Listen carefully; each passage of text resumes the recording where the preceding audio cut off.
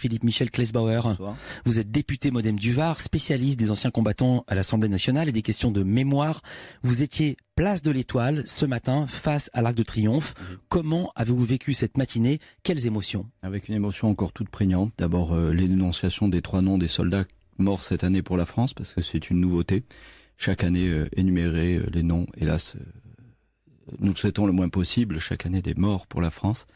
Et puis derrière, un discours et des expressions lyriques et orchestrales sublimes qui ont sublimé toute cette manifestation. Un solo de Yo-Yo Ma au violoncelle, ou la voix extraordinaire d'Angélique Kidjo qui nous a donné des frissons, avec un ensemble orchestral des jeunesses européennes qui a été sublime, qui a interprété un boléro de Ravel magnifique. Pardon de vous dire ça, mais quand on est député, quand on est dans la politique, on envoie des cérémonies. Qu'est-ce que celle-ci avait de particulier?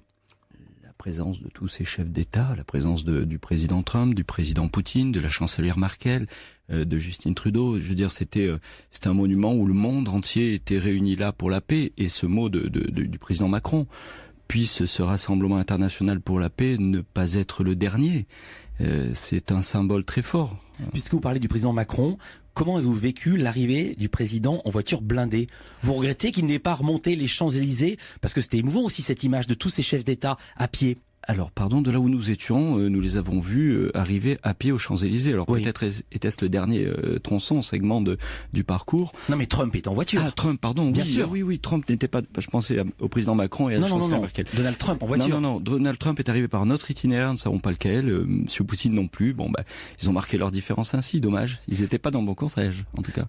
Sur le fond, le discours du président Macron, vous en avez parlé, était scindé en 2 parties. D'abord une partie mémorielle, ensuite une partie plus politique. Oui. Laquelle retenez-vous en priorité? Les deux, mon général. C'est que nous avons la partie mémorielle qui est très importante puisque nous finissons la mission du centenaire extrêmement bien dirigée par Joseph Zimet, mais nous avons peur qu'elle tombe dans l'oubli derrière. Et c'est pour ça que le président a forcé sur ce trait-là de manière à ce que tout le monde perpétue cette mémoire. Et cette mémoire, elle est aussi pour la paix. Oui. D'où cette initiative de paix qui s'est ouverte juste derrière sur une idée simple. Je parle du Forum de la paix, sur une idée simple selon laquelle la coopération internationale est essentielle pour relever les défis mondiaux et assurer une paix durable. Et c'était la deuxième partie du discours du président Emmanuel Macron et qui était là pour sceller tous ces chefs d'État dans un monde qui est très très fragile à l'heure actuelle. Emmanuel Macron a déclaré: ensemble, nous pouvons conjurer ces menaces que sont le spectre du réchauffement climatique, de la dégradation de notre nature, la pauvreté, la faim, la maladie, les inégalités et l'ignorance. Quand le président parle du réchauffement climatique, pardon, mais on est loin des poilus et des tranchées, c'est de la politique. C'est de la politique, mais nous savons aussi que ces questions de dérèglement climatique sont source de migration massive, qui sont source de tensions et qui peuvent déboucher sur des guerres nouvelles, ce que nous ne voulons pas. En quoi est-il important, vous qui êtes un spécialiste de cette mémoire-là, de célébrer une guerre dont il ne reste plus aucun survivant? On a célébré l'armistice, cette fin de la guerre, de la paix retrouvée. Vous avez vu les images hier, comme tout le monde. Je veux dire le sens de ma question. Merci. J'avais 8 ans en 70, en 1970, j'ai aucun souvenir qu'on ait célébré la fin de la guerre de 1870. Oui, et pourtant les combats de Bazeilles dans les Ardennes sont extrêmement glorieux. La maison de Bourgerie, l'auberge Bourgerie avec la division bleue qui voilà, comment vous expliquez pourquoi est-ce qu'il faut célébrer désormais ces fins de bataille? Ne pas oublier. Ou est-ce que là encore c'est de la politique? Parce que les morts que nous avons honorés aujourd'hui, c'était des jeunes. C'était une jeunesse qui s'est sacrifiée.